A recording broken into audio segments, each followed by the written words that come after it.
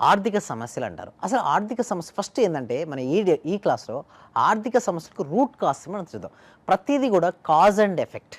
కారణం లేనిది కార్యం జరగదండి. అసలు రూట్ కాజ్ అసలు ఎందుకొచ్చాయి ఆర్థిక సమస్యలంటే సరైన నిర్ణయం సరైన సమయంలో సరిగ్గా తీసుకోకపోవడం. అంటే సరైన సమయంలో సరైన నిర్ణయాన్ని సరిగ్గా తీసుకోకపోవడం వల్ల వారి లైఫ్‌లో ఇవి ఎంటర్ అయినాయి. అంటే ఆర్థిక సమస్యలనేది రావడం జరిగింది. మరి దానికి బయటపడడం ఎలా?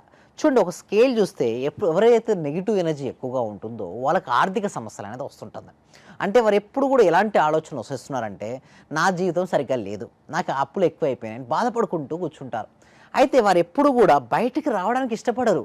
తనకున్నటువంటి సమస్యను తలుచుకుంటూ బాధపడుకుంటూ కూర్చుంటారు. దానివల్ల ఏమైనా ఉపయోగం ఉందా అండి చెప్పండి? దానికి బయటపడడం ఇంపార్టెంట్ కదా! నువ్వు తలుచుకొని ఎందుకు ఆలోచిస్తూ అక్కడే ఆగిపోతుంటావు? చూడండి దాని నుంచి బయటపడాలంటే ముందుగా ఏంటంటే విల్ పవర్ ఉండాలి. అంటే నేను బయటికి రావాలి, బయటికి వస్తానని నమ్మకం వారికి ఉండాలి. సో ఇప్పుడు దానికి కారణం ఏంటి? నాలో ఉన్న నెగెటివ్ ఎనర్జీ ఏముంది? ఒకసారి అబ్జర్వ్ చేసుకోవాలి. ఎప్పుడు నేను గతం గురించి ఆలోచిస్తున్నాను. ఎస్పెషల్లీ డెబ్ట్స్ ఎవరు ఎక్కువ వస్తాయంటే గతం గురించి బాగా డిప్రెషన్‌కి వెళ్ళినా, భవిష్యత్తు గురించి బాగా యాంగ్జైటీకి గురైనా, ఓకే. ఇటువంటి వాటితో పాటు సరైన నిర్ణయాలు సరిగ్గా సమయం తీసుకునే వారికి వస్తూ ఉంటాయండి.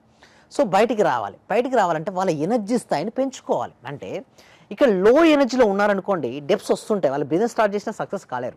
సో లో ఎనర్జీ నుంచి హై ఎనర్జీకి వెళ్ళాలి మేడం. అంటే ఏంటి అంటే వారు అవి ఎలా పాసిబిలిటీ అవుతుంది? మెడిటేషన్ వల్ల పాసిబిలిటీ అయితే మనీ మెడిటేషన్ అనేది ఒకటి ఉంటుంది మేడం. అంటే నువ్వు ఏ విధంగా అయితే ఆలోచిస్తుంటావో ఆ విధంగానే తయారవుతుంటా. నువ్వు ఎప్పుడు నెగిటివ్ ఆలోచించకుండా నేను పాజిటివ్ వైపు మళ్లించేది ఏంటంటే ధ్యానం అండి. చాలా రకరకాల ధ్యాన పద్ధతులు ఉన్నాయి. బట్ మేము ఆ ప్రాక్టీస్‌లో ఒక టీటా స్టేట్ మెడిటేషన్ ఒకటి నేర్పిస్తాం. ఆ టీటా స్టేట్ మెడిటేషన్ వలన వాళ్ళు కమ్‌ఔట్ అవ్వచ్చు. ఎట్లా అంటే వాళ్ళకి ఫస్ట్ డైరెక్ట్ మనీ అంటే మనీ ఏం రాదండి. మనీ మెడిటేషన్ చేయగానే ఎవరికీ మనీ ఏం రాదు. ఫస్ట్ లోపల ఒక ధైర్యం వస్తది. ఫస్ట్ థింగ్ ఈజ్ లోపల ఒక ప్రశాంతత వస్తది. నేను చేయగలను అనే నమ్మకం వస్తది. లక్ష్మీదేవి ఎంటర్ అవ్వదటండి. లక్ష్మీదేవి ఫస్ట్ ఎవరు ధైర్యవంతులు అని చూస్తది. అసలు ఎన్ని డెప్స్ ఉన్నా ధైర్యాన్ని కోల్పోకుండా ఉంటారు కదా! వాళ్ళకు లక్ష్మీదేవి వస్తది.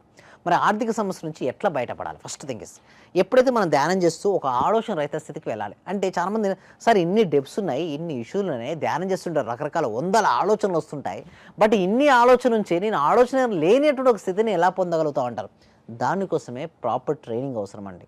మేము ఇచ్చే ఒక ట్రైనింగ్ ద్వారా వాళ్ళకి తెలియకుండానే వాళ్ళ మనసు చాలా రిలాక్స్ అయ్యే స్టేట్‌కి వెళ్తారు.